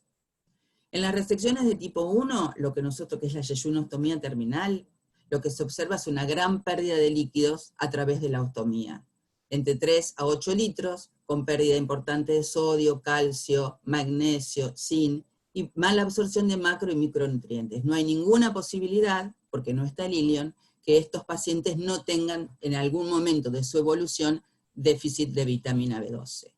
Lo mismo sucede con los pacientes con resección de tipo 2. Si hay una resección menor a 100 centímetros, hay una diarrea colereica, en donde las sales biliares no absorbidas llegan al colon y producen diarrea por estimulación, y cuando las resecciones son mayores al metro, hay una severa malabsorción de B12, déficit de ácidos biliares, malabsorción de ácidos grasos de cadena larga, de cadena corta, etc. En estos casos también es imposible que no haya malabsorción de B12 porque falta el sitio específico de absorción. Este es un ejemplo de lo que les contaba, de las nuevas complicaciones que aparecen como secuela de la cirugía bariátrica. Esta es una paciente que hizo una isquemia luego de una cirugía y que quedó con 8 centímetros de yeyuno anastomosados al colon transverso. Requería 4 litros de nutrición parenteral por día, y con el tiempo, con la adaptación del intestino y usando todas estas nuevas hormonas moduladoras, se pudo conseguir disminuir la cantidad de nutrición parenteral que requería a 3 o 4 veces por semana. El problema es que cuando uno saca días de nutrición parenteral, también está sacando el aporte de vitaminas, y en este caso de la vitamina B12, porque en vez de recibirla todos los días, se imaginarán que esta paciente puede comer muy poca cantidad de alimentos, no tiene lugares donde absorberla. Uno debe estar muy atento en estos pacientes porque el déficit se hace evidente cuando pasan a conectar en vez de 7 días a la semana, 4 días. Y por último, las enfermedades que afectan la mucosa del ilion distal, como la enfermedad de Crohn, que además se asocia con desnutrición porque estos pacientes tienen disminución de la ingesta, mala absorción, enteropatía perdedora de proteínas, aumento de requerimientos calóricos y muchas veces interacción medicamento-nutriente. En general, para la enfermedad de Crohn, la mayoría de los reportes hablan de un 17% de déficit de B12 y mucho menor en la colitis ulcerosa. Y hay algunos que han intentado hacer algunos estudios de relación, a ver si el déficit de la B12 tenía algo que ver con el desencadenamiento de la enfermedad. Parece ser que no es así, que es una asociación solo por menor absorción. Por lo tanto, siendo el ilion el sitio de absorción primaria, es muy importante evaluar a los pacientes con enfermedad de Crohn que tienen enfermedades extensas o que tienen una resección mayor a 30 centímetros, y las guías europeas recomiendan, por lo tanto, evaluar cobalamina y folato al menos una vez al año cuando se absorben macrocitosis. Eso es rápidamente un combo de las patologías que nosotros habitualmente vemos desde la gastroenterología que condicionan la malabsorción de la B12.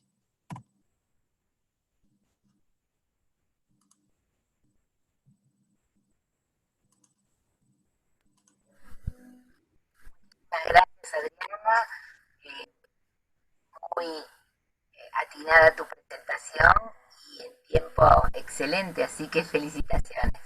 Bueno, vamos a comenzar las preguntas, que hay bastantes preguntas. La doctora Eva López me va a acompañar al respecto por el canal de YouTube, que también ahí hay más de 300 personas en este momento acompañándonos y están haciendo preguntas al respecto. Así que Eva, si te parece, Eva, ¿me escuchás? Sí, te escucho, Marina. Podemos ir alternando las preguntas, ¿te parece? Perfecto, me parece excelente. Yo he ido tratando de sintetizar y recopilando las preguntas para cada uno de las disertantes. Y respecto a Graciela, una pregunta, si hay interacción de la vitamina B12 con fármacos hipolipemiantes, hipotensores o de hormona tiroidea, frente a pacientes con enfermedades crónicas polimedicados, ¿qué se tiene que considerar? ¿Me escuchan, Marina? Sí, perfecto. Bueno, excelente.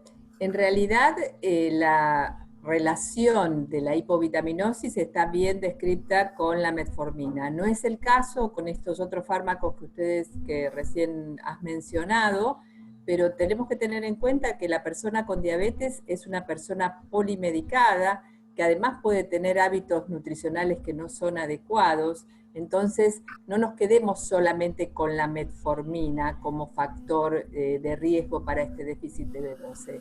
Pero puntualmente yo quería hacer, a lo largo de las intervenciones de las colegas, me surgió este pensamiento de que la población con diabetes, al tener una polimedicación, una polifarmacia tan sostenida y a lo largo de su vida, muchas veces está tomando bloqueantes de la bomba o antiácidos o fármacos que directamente interfieren por otros mecanismos y pueden llegar a este estado de hipovitaminosis. Así que tenemos que estar alertas y me parece excelente el aporte de la necesidad de que todos los profesionales, licenciados en nutrición, médicos de distintas especialidades, todos hagan un interrogatorio adecuado en cuanto a los hábitos nutricionales y en tanto también a los distintos fármacos. Perfecto, muchas gracias, Graciela. Eva. Sí, hay muchas preguntas, la verdad los felicito a todos los disertantes por las excelentes ponencias y también les quiero compartir que desde los chats hay muchísimas felicitaciones a cada una de las disertantes del panel. Voy a preguntarle entonces a Marisa y voy a juntar varias preguntas que tienen que ver con el mismo tema. ¿Cuál es el valor de corte de B12 para que considere la suplementación? Y ¿cuál es el tiempo de suplementación en adultos? Creo que quizás ella, como es pediatra, no sé si lo va a poder responder. ¿Y cuáles son las presentaciones de B12 que recomienda?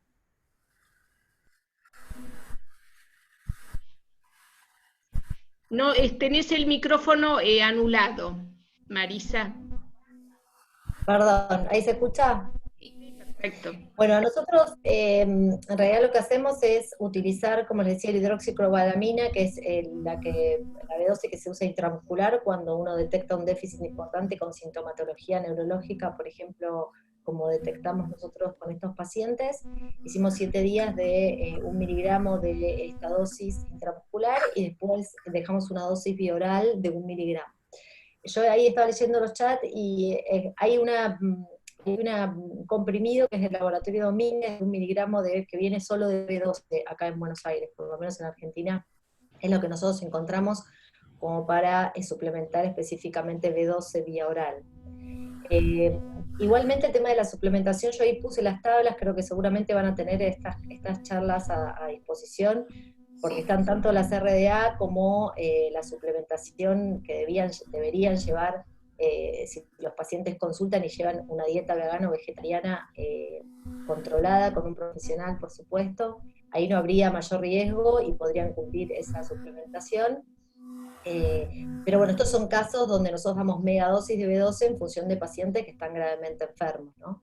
Igual es un tema controvertido, no hay un solo punto de corte, como les decía, en diagnóstico, vimos que hay un punto de corte entre 150 y 200 que es de B12, de menos de eso es déficit. Hay otros puntos de corte para vitamina B12 activa, y obviamente el aumento de homocisteína y metilmalónico. O sea, idealmente habría que tener todos esos resultados juntos como para tomar una decisión de déficit, aunque a veces es difícil porque no en todos los hospitales se hacen. Nosotros en Garrahan, por suerte, hacemos todo, y cuando salen las muestras sale metilmalónico, sale tracobalamina, B12 activa y todo lo demás.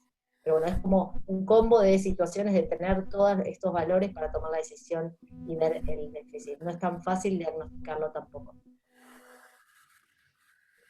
Acá hay otra pregunta, quizá bastante relacionada, pero la podríamos hacer desde el punto más preventivo a lo mejor. ¿Cómo en la práctica se puede suplementar a un lactante que después de haber recibido pecho exclusivo de mamás veganas, empieza la alimentación complementaria? Bueno, yo creo que ahí primero habría que determinar si tiene o no tiene déficit, ¿sí? Y después habría que seguir este mismo patrón. O sea, en caso de que tenga déficit y anemia, se puede hacer primero una dosis intramuscular, que es lo que nosotros hacemos, y después vía oral. Y si la deficiencia es leve o no tiene deficiencia, bueno, aportar vía oral con comprimidos. La realidad es que no hay, yo por lo menos no me enteré que haya ni jarabes ni gotas de B12 disponibles para lactantes. Habría que buscar eso. Sí, una pregunta para Adriana es si en personas que tengan gastritis crónica o se sospeche falta de factor intrínseco, si ya le darían directamente los comprimidos de B12 independiente de hacer un dosaje, o sea, de administrarle directamente B12 sublingual. No, en general, si no tiene manifestación, solo por el diagnóstico de gastropatía, no se suplementa, se hace el dosaje y se ve cuál es el nivel, excepto que tenga una marcada anemia megaloblástica que se ve en las gastritis atróficas más severas, en las autoinmunes, que ahí uno tiene que suplementar, sino de rutina, por ser portador de una gastropatía crónica, no se suplementa a menos que tenga un bajo nivel. Perfecto. Acá preguntan para Graciela si un paciente diabético que va a iniciar su tratamiento con metformina debe desde inicio hacerse un dosaje de vitamina B12. No está estandarizado, realmente no hay una guía que nos indique o que nos marque este paso a seguir, debiendo hacer un análisis fármacoeconómico, yo diría que no, que salvo que en el interrogatorio uno encontrara que es un paciente que es vegano o que tiene déficit nutricional de otro tipo, o que tiene alguna patología a nivel intestinal o una anemia previa, en ese caso uno sí podría considerar ya ese aspecto de medición bioquímica de la concentración de vitamina B12 para estar alertas. De todas maneras, hay que tener en cuenta que habiendo un panorama farmacéutico para la diabetes tipo 2 tan amplio, si uno considera que el riesgo asociado al déficit de B12 podría ser muy marcado en algún paciente, bueno, se podrá utilizar otro tipo de fármaco antidiabético, pero así sistematizado como que se mida la vitamina B12, no corresponde. Perfecto. Para Marisa, hay varias preguntas que coinciden en cuanto, bueno, algunos comentarios en el tema de la importancia de que tengan las personas que hacen dieta vegetariana o vegana una supervisión por una licenciada en nutrición y que se trabaje en forma interdisciplinaria, y también varios comentan la importancia de que los obstetras estén concientizados sobre toda la problemática que vos te referiste. Y te preguntan específicamente cuál es la postura tuya con respecto al vegetarianismo y al veganismo en mujeres embarazadas y en niños, y cuál sería la recomendación de consultorio que harías si es que hacen este tipo de alimentación. Hola. Sí, se escucha. Mire, yo no soy una especialista en alimentación vegetariana y vegana. La realidad es que yo me acerco a esto, obviamente, porque soy especialista en nutrición y porque los déficits de micronutrientes es una parte muy interesante de la cual nos estamos dedicando hace un tiempo con más intensidad por distintos temas en el servicio del Garraham. Y en realidad me acerco porque tuvimos los casos clínicos de estos chicos, digamos, y siempre, no es algo de ahora, es algo que siempre hemos tenido. Por distintas circunstancias, déficits multivitamínicos. En este caso nos llamó la atención y se hizo el estudio. La realidad es que yo creo que no importa mi postura personal. Yo lo que traté es de mostrar un poco de evidencia y de que todos entendamos que es algo que vamos a tener que saber tratar, porque la realidad es que los pacientes están, digamos, ojalá todos cuando toman esta decisión tengan un especialista al lado que los oriente de cómo hacerlo de la mejor manera y con la mejor suplementación. Lamentablemente nosotros no lo tuvimos, directamente tuvimos a los pacientes con el daño neurológico, así que me parece que tiene que ver un poco con eso. O sea, nosotros vemos, ahora por ejemplo estamos estudiando déficit de B12 en algunas mamás que por carencia traen estos chicos con déficit de B12 y síntomas neurológicos. O sea, ya estamos viendo que poblacionalmente, evidentemente, hay imposibilidad de algunas personas de comprar alimentos como carne, pollo, pescado, entonces también estamos evaluando ahora qué es lo que está pasando en la población, digamos, que no que elige ser vegana, sino que no le queda otra y que no puede comprar alimentos como la carne, por ejemplo. Así que a mí me parece que mi postura personal no interesa mucho. Sí me interesa, o sea, sí puedo dar una postura como pediatra y que obviamente me preocupa que la gente haga este tipo de tratamientos o que haga este tipo de dietas de exclusiones sin ningún tipo de suplementación y que pasen por otros médicos que pueden pesquisar o hacer un screening de esto y que tampoco lo podamos detectar antes, ¿no? Por eso les decía el tema de los obstetras o los pediatras. Me parece que obviamente que el especialista en nutrición es el que va a hacer el tratamiento, o el que va a hacer el seguimiento, o el que puede recomendar la alimentación. Pero me parece que todo el equipo de salud tiene que estar atento a que esto va a ser una situación que se va a replicar cada vez con más frecuencia y que podamos detectarla antes de que lleguen a pasar lo que pasa en estos chiquitos, ¿no? Gracias, Marisa. Una pregunta para la doctora Portela. ¿Cómo es la absorción de la vitamina sublingual versus la absorción intestinal?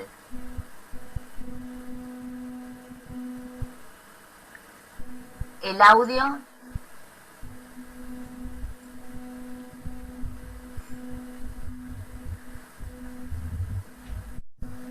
¿El audio, doctora?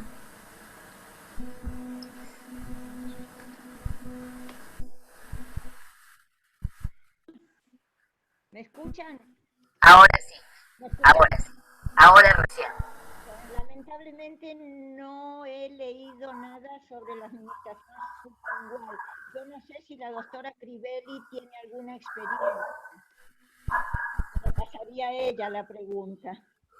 Nos está haciendo señas con la cabeza que no, la doctora Crivelli. O sea, es un tema para investigar y quizá abrir un nuevo, ¿no es cierto?, debate o estudio al respecto. Está bueno, está muy bueno. Certeza de la absorción. Tengo al tanto. Eva, ¿alguna otra pregunta? Sí, para Graciela preguntan si en mujeres con diabetes 2 con tratamiento con metformina mayor de 3 años y que comienzan con un embarazo, en ese caso, ¿seguiría recomendable iniciar tratamiento o realizar el dosaje de B12 para prevenir todas las complicaciones que habló Marisa? Está muy buena la pregunta y realmente me parece que partamos de esta base. Una señora, una mujer con diabetes tipo 2, tratada con metformina por periodos prolongados, ahora que las mujeres suelen embarazarse en edades más avanzadas de la vida, lo primero que debe hacer es suspender la metformina. El embarazo de una mujer con diabetes debe llevarse a cabo si se necesita, además de la alimentación adecuada, una indicación terapéutica, exclusivamente con insulina, porque la metformina no ha sido todavía aprobada como medicación de tipo A para el embarazo de las mujeres con diabetes. Así que ese es el punto inicial.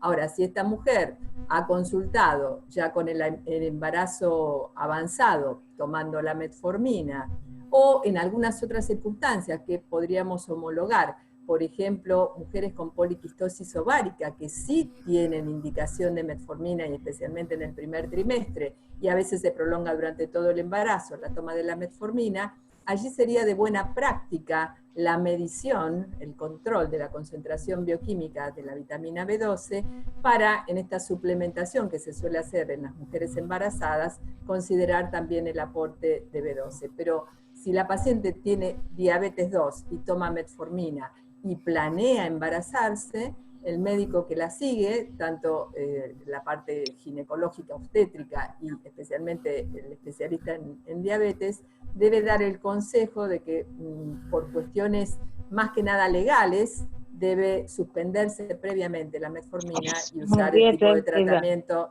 que corresponda. Espero haber sido clara. Sí, sí, es muy claro. Marina. Para la doctora Marisa, ¿existe algún estudio al respecto entre madres veganas e hijos con autismo? No escuché nada. Hola, ¿ahí me escuchás? Ahora sí, se corta un poquito. ¿Y existe algún estudio que relacione las mamás veganas con hijos autistas? No leí, la realidad es que no lo encontré y dentro del autismo como causa, la verdad que desconozco, creo que no, pero yo me animaría a decir como que no. Pero lo que se describe son distintos retrasos en la adquisición de pautas madurativas, pero creo que no tiene nada que ver con el autismo en sí. Sí, otra pregunta es, en relación a las personas que realizan planes de alimentación lacto-ovo-vegetarianos o vegetarianos o veganos, ¿la suplementación con B12 se debe realizar de rutina?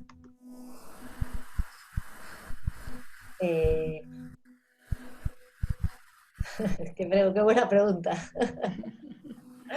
Sí, por lo que dicen los estudios, este estudio, el de Oxford, es lo que dice. Y ahora salió un review de los italianos en la revista Nutrients del año 2019, el año pasado, y también propone suplementación a todos, digamos, veganos, vegetarianos, a todos, con B12, sí. Una pregunta para la doctora Portela. ¿Por qué los compuestos de alga no tienen actividad biológica de vitamina B12? ¿Me escuchan? ¿Me escuchan? Sí. ¿Me escuchan? Bueno, las algas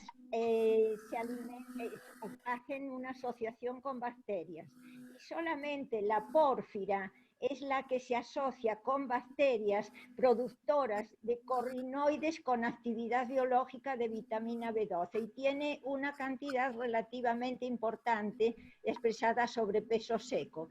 Yo les recomiendo, en la presentación está la cita de Watanabe, que es el grupo japonés que ha estudiado más el tema de las algas y que ha hecho las determinaciones y sigue haciéndolas su grupo por el método más nuevo, que es de HPLC asociado a masa, que permite determinar los corrinoides con actividad de vitamina B12 porque previamente destruye o elimina los corrinoides que no tienen actividad de B12. O sea, determina el barrilete entero, no la parte superior que es el corrinoide inactivo. Y es la pórfira, es una alga roja que existe en abundancia en la costa patagónica, la pórfira columbina, sobre todo en Chubut y en Santa Cruz,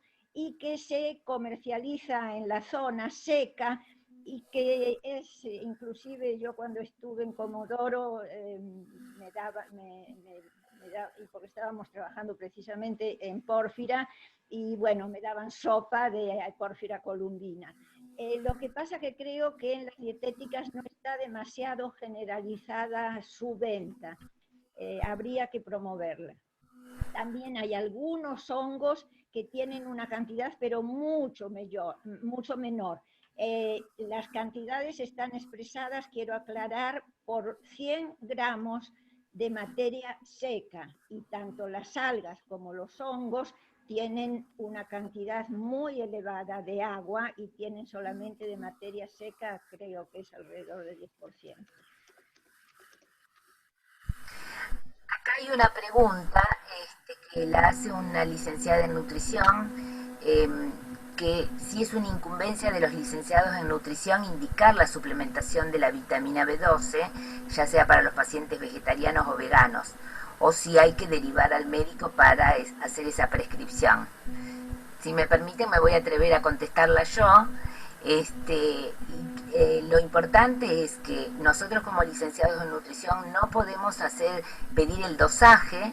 Sí podríamos suplementar, indicar la suplementación tranquilamente porque es una vitamina de venta libre, pero me voy a quedar con algo que dijo la doctora María Luz Portela al principio, y es que se deposita en hígado, por más que sea hidrosoluble.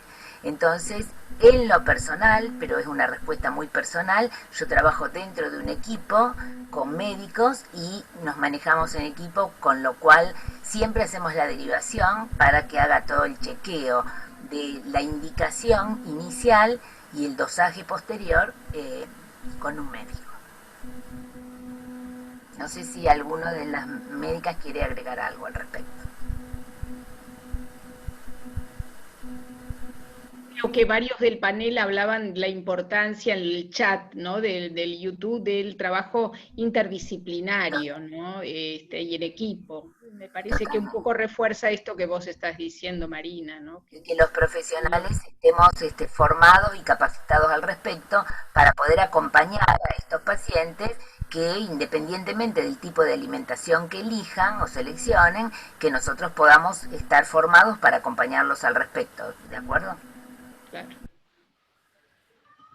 Bueno, estamos pasados unos minutitos, Eva, si te parece damos cierre. Podríamos seguir haciendo preguntas, algunas las hemos tratado de unificar, ¿sí? Así que yo como conclusión final les quiero transmitir que hemos visto que el consumo y el déficit de la vitamina B12 no es algo que podemos tomar a la liviandad.